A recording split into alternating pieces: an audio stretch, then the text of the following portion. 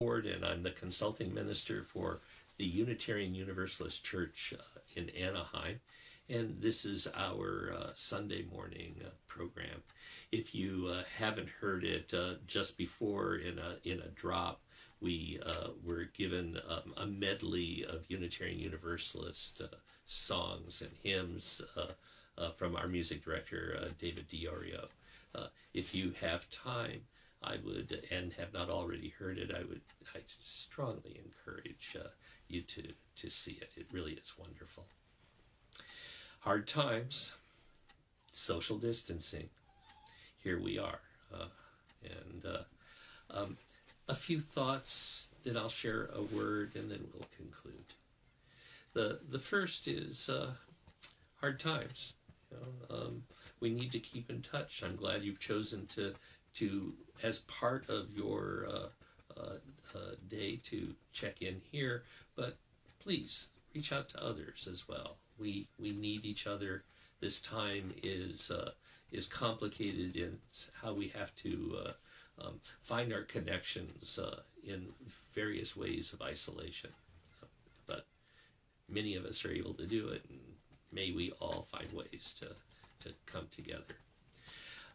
As a community, we think of each other, and one way we can keep in touch is by sharing what we call joys and sorrows in this community, and it is an opportunity for people to share what's in their hearts in the moment. In some communities, it's spoken aloud during a worship service, and others, the thoughts are written down and then shared by a worship leader. Here, I've managed to receive some that were gathered together by some of our leadership. Just three, but I think symbolic of what a community might look like when we consider each other. First, from Katie Dallas. Her joy is that she has a job and is healthy enough to be back at work, delivering prescriptions and medical equipment, amongst other things, to those in need. She has a concern as well, and that concern is all of our concern. Judy Brazel tells us her joy, she hopes, is that with Saturday being her birthday, she was planning on driving down to San Diego to be with her daughter and family. We don't have an update yet. I'm hoping that happened, but she tells us if she didn't, she will be watching our live streaming with me. It's going to be, she says, the most different birthday in all her 80 plus years. Blessings to all, she tells us. Hang in there. And Blake, for our last announcement, he notes, as is in similar ways true for many among us, with no schools in session, the company he works for has no income stream. So he's been laid off. He's been told that once school resumes, everyone should be rehired and a regular operation should resume. He's whispering to us he doesn't think he's going to return. Instead, he would like to start a new job, and he's full on in search mode.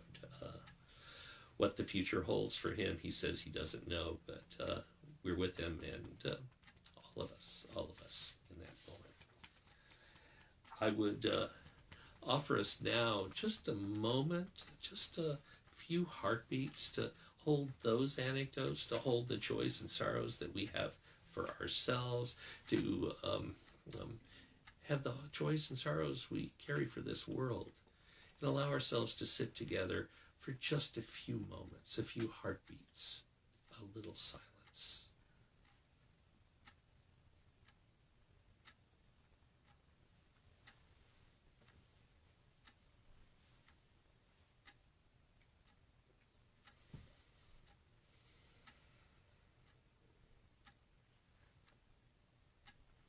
In that spirit of dedication, may all these joys, may all these sorrows, may our hopes for each other and for ourselves be a pool of possibility out of which many good things arise. Amen. I think it was 2 years ago, close, Jan and I went to the Bowers Museum in Santa Ana to see the special exhibition of Frank Hurley's amazing photographs of Ernest Shackleton's catastrophic 1914 Imperial Trans-Antarctic expedition. Hurley was an amazing photographer, later famous for his work accompanying Australian forces during the Great War. I came away with several images burned into my heart, as well as thoughts about a wealth of issues. One of those thoughts had actually nothing directly to do with the photographs. But in this time we're all caught up in this time of plague and looming disaster, it may be something that can be helpful. Actually, it was a display of Shackleton's Bible that most riveted my attention at the time. And it is that Bible that I find myself thinking about.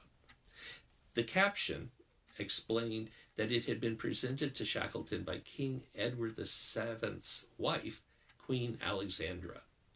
Interesting enough, but there's more to the story.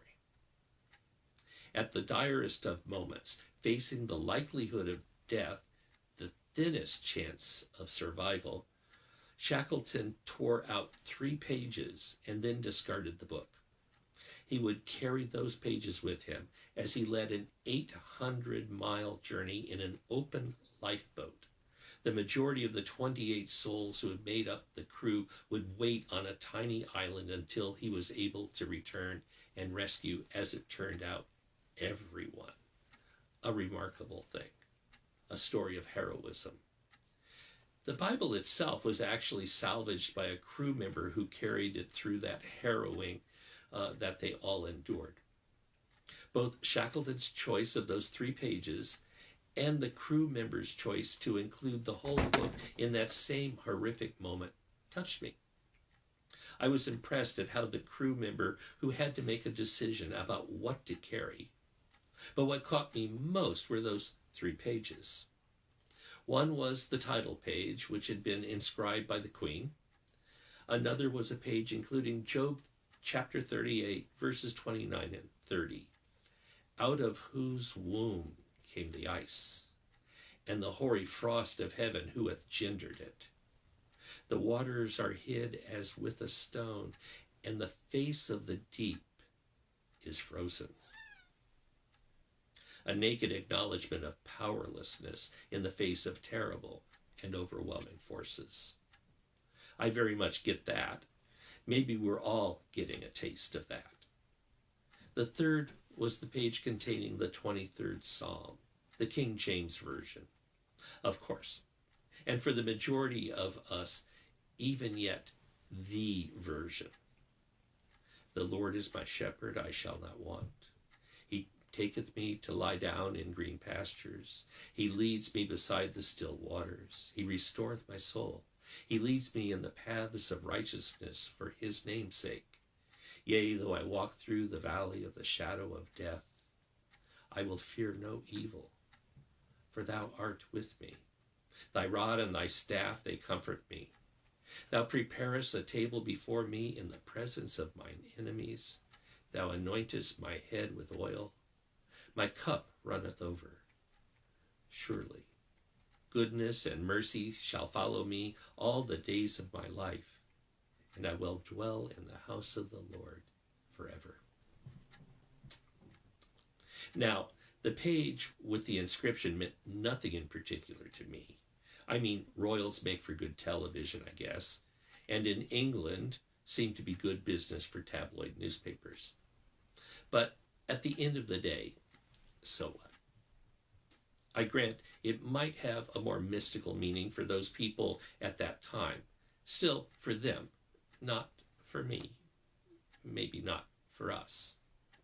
But the other parts, they were different. They speak to larger currents within our human hearts. The Job passage was an acknowledgement of our powerlessness in the face of the majesty, sometimes lovely, often and here, terrible of what is. And that 23rd Psalm, out of the whole of the scriptures, that he would pick that one thing at that hard time. I get that. I'm not a Christian, certainly not by normative standards, but I was raised Christian, and it is the dominant spiritual expression within our culture. The Bible and its stories, especially in the King James translation, is part of the air we breathe. And the 23rd Psalm. I immediately knew what the 23rd Psalm was, and even was able to recite a good part of it from memory. Me, someone with virtually no memory to speak of, never had. I probably know by heart a grand total of 5 or 10 pages of text from all that I've read over the years. I know a couple of verses of the Battle Hymn of the Republic, and I can sing "Row, row, row your boat." Maybe there's another song I can be prompted to sing, but as I typed these words, I couldn't think of what it might be. There's a tiny bit more. As a Zen practitioner, I need prompting, but I do have the Heart Sutra by heart, as well as a handful of other texts, most notably the meal chants, and a version of the verse of the Kesa, the sacred robe of the Buddha. Vast is the robe of liberation, a formless field of benefaction. I wear the Tathagata's teachings, saving all the many beings. As a Zen teacher, I'm often asked, how do you meditate with a koan? To which I have to respond, I have no idea. I have no idea, because during the years when I was formally engaging the practice, the convention is that you have to memorize the case and present it to your spiritual director, who then digs into the critical points. And for most of those years, I was mainly busy trying to memorize the case just well enough to present it to the teacher. That was my working with the koan. Everything beyond took place in the interview room.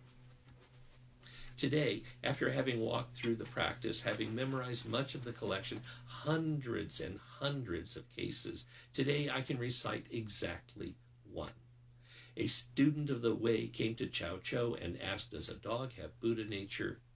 Chow Chow replied, no. Usually that no is rendered as moo. So, that I can recite it most imperfectly, it's always imperfectly, clearly the 23rd Psalm has a special place in my heart. Actually, I'm aware of 2 Zen-inspired translations of the 23rd Psalm. One is from the old Zen hand and poet Stephen Mitchell. The Lord is my shepherd, I have everything that I need. He makes me lie down in green pastures. He leads me beside the still waters. He refreshes my soul. He guides me on the paths of righteousness so that I may serve him with love.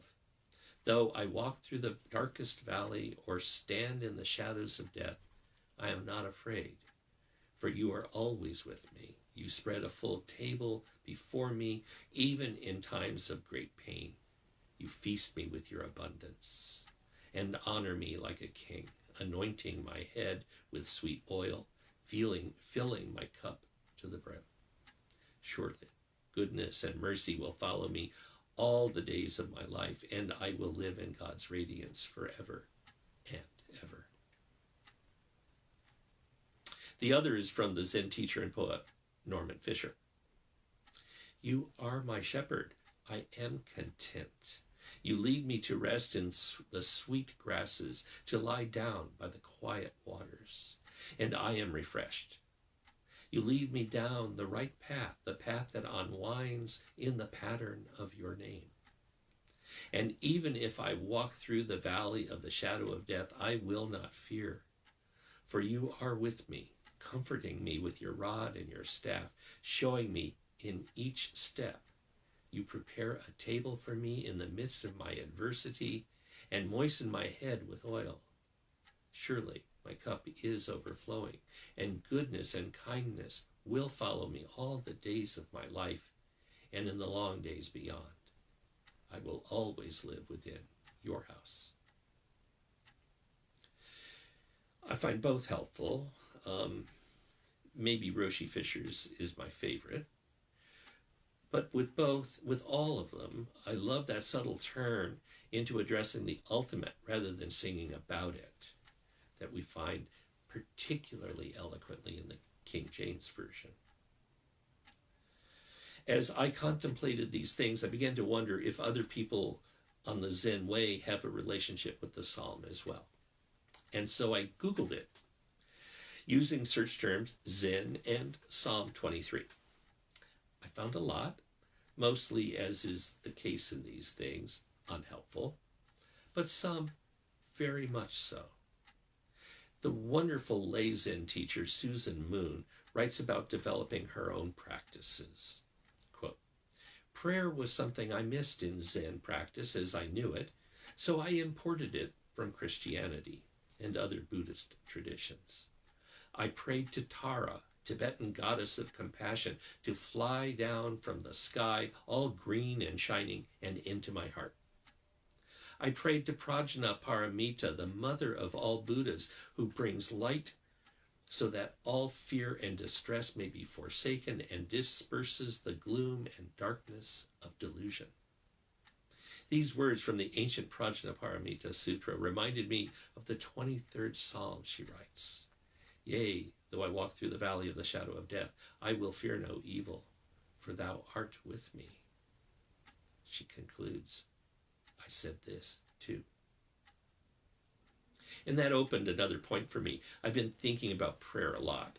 As someone who does not believe in a deity in the sense of a being with a human-like consciousness whom I can petition to get out of one jam or another, I have to ask myself what prayer might mean.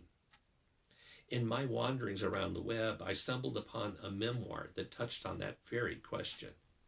The Tender Bone, A Physician's Journey Through Breast Cancer, by the pseudonymous Madeline Meldon. As it has a page that has those search terms, Zen and Psalm 23, both included, I found it. First, she cited, quote, a Zen anecdote. She gives it a wonderful spin, meaning in this Zen anecdote, koan, meaning is there where you are fully where you are. Meaning is there where you are fully where you are. While I don't know the source, the teaching is true. And then with that resting in our hearts, Dr. Meldon tells us, in being born and in dying, we are alone.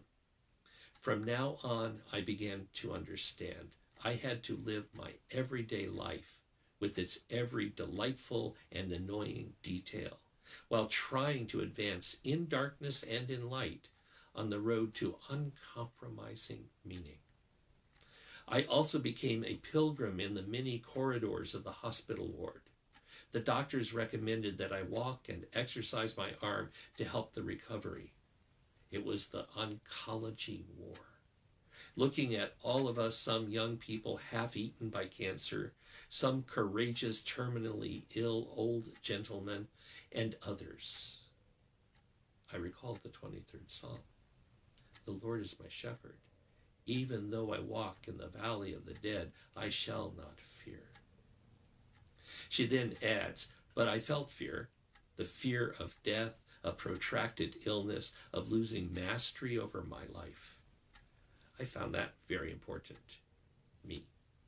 No fear, and, of course, fear.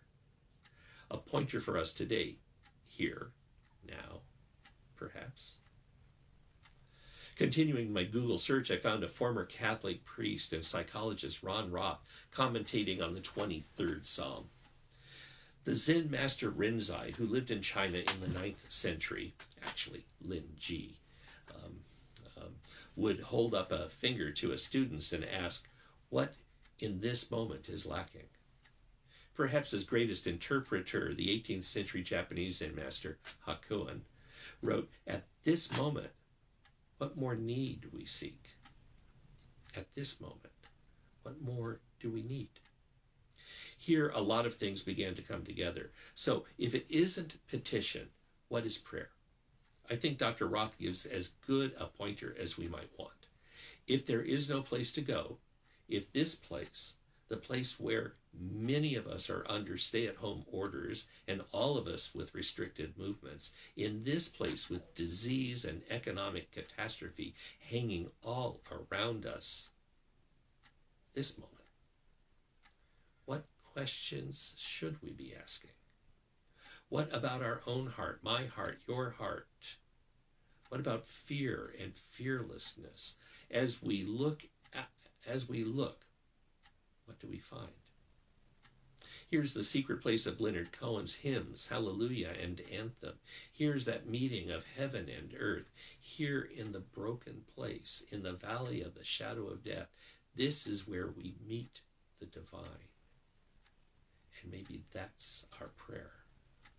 Divine, an interesting word. The holy, the sacred, the language of transformation.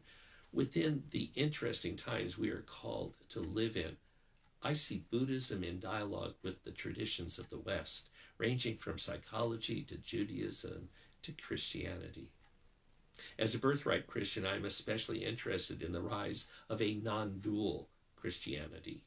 There appear to be corollaries in Judaism as well, looking at those old stories and traditions and psalms without assuming dualism, an ultimate gap between the holy, God, and this world, and specifically us. And it is a two-way street. There is no absolute truth. We all get a little angle on it. It is always, always through a glass darkly. And with that, and within these encounters, Buddhism is currently being enriched as well.